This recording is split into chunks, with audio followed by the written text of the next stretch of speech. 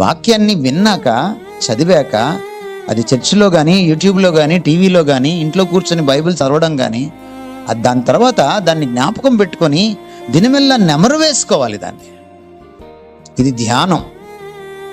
ఈ ధ్యానం ఎవరికైతే అబ్బదో, ఇది ఒక ఆధ్యాత్మిక కసరత్తు, వ్యాయామం.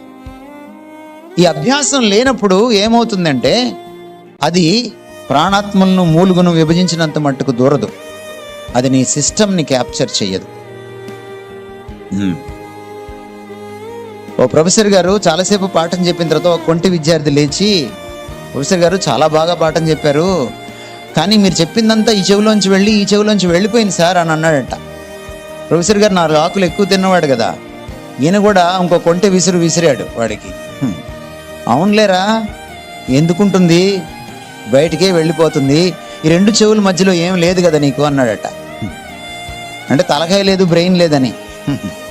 ఏదైనా ఉంటే కదరా ఉండడానికి అన్నాడంట. పాపం వాడేం చేస్తాడు, గతుక్కుమన్నాడు. తలకాయలో పెట్టుకుంటే కదా వాక్యాన్ని.